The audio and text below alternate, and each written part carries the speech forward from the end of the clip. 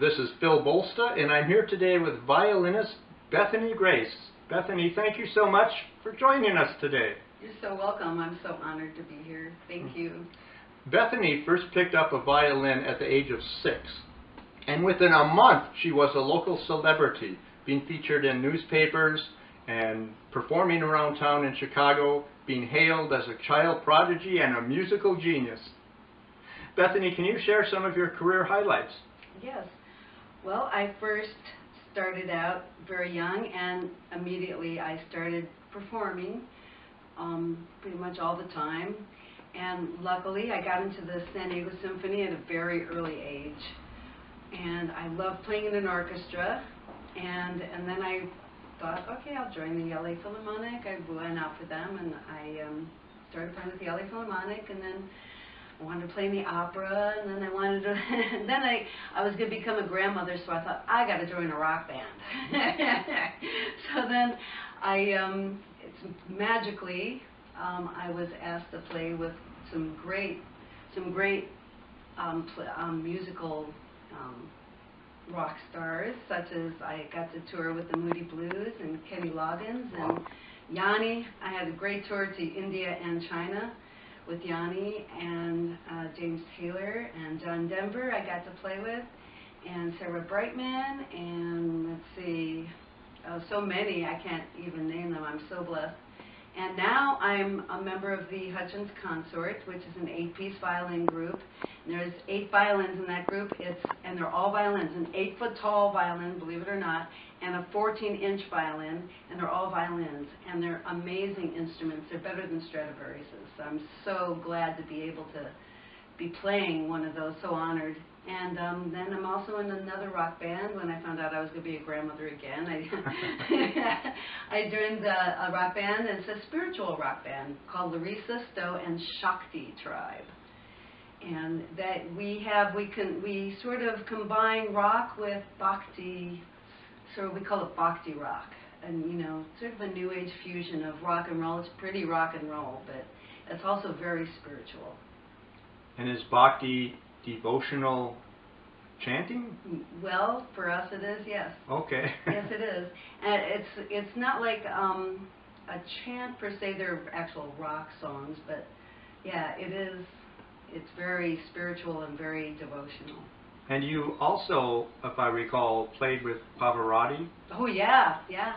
I did. I got to tour with Pavarotti, and I got to play with the 3 tenors, and Placido Domingo, and Andrea Bocelli.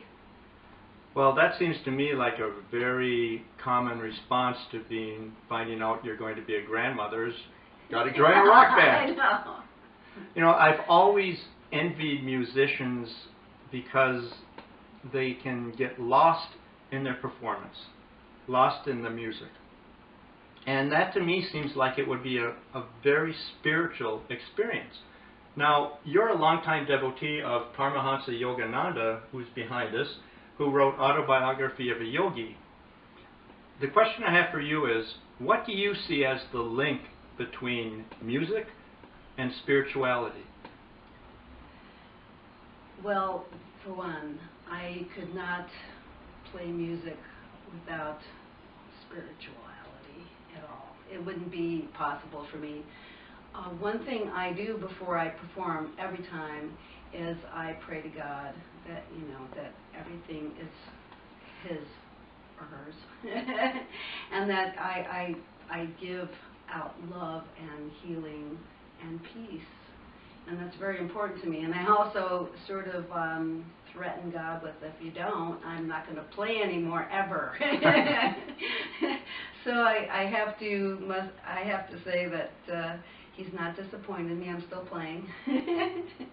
So I'm still able to give that piece of me. If it was me playing, it wouldn't be good. I already know. I've done that. I've been there, and it's just not who I am anymore. And my best thing I do now is I get out of the way. So your performances don't come from you, they come through you. Oh, that's a good way to put it. Yeah. I like that. Yeah, it's true. Because I have no sense of myself, I don't really feel anything. It's like I'm really not there. I must say, I do feel like, you know, God bumps a lot, you know, and I feel like my body is sort of electric. I can tell that, and I can feel the love coming out, and it's almost like everything comes up through here, through my heart, and out my violin. So you're playing an instrument, but you're also an instrument being played. Ooh, I love that. That's beautiful. It's so true. You know, Well, and I've practiced a lot to be able to do that. It takes a lot of practice, of technical work, of, you know, just doing the work. Just like in spirituality, you have to have the right position. When I give lessons, you know, it's amazing. It's almost like a spiritual lesson. You know, I'm teaching the children, okay, sit up straight, you know, and you have to have your exactly the right kind of posture to be able to, you know, project the music and the whole thing. You have to do all these, like in SRF, we have techniques. And you have to do these techniques correctly with great attention and intention, or else it doesn't work. Or it works maybe a little bit, but you certainly can waste a lot of time. So if you you know, just incorporate your attention and intention and put that forth in your practicing, then when it comes to performing, you can let it all go, and it becomes a experience. Well, thank you for sharing your thoughts and insights with us, Bethany. And now I'm really excited because Bethany has agreed to perform for us. So let's take it away. Awesome.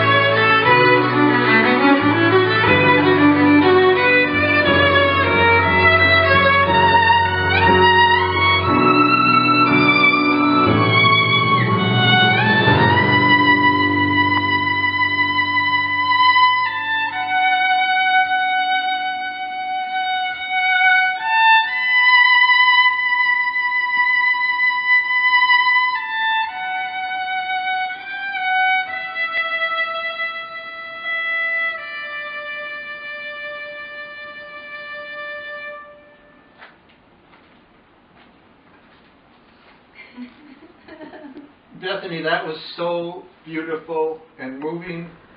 Just watching you play is a spiritual experience. Thank you for sharing your gift with us today.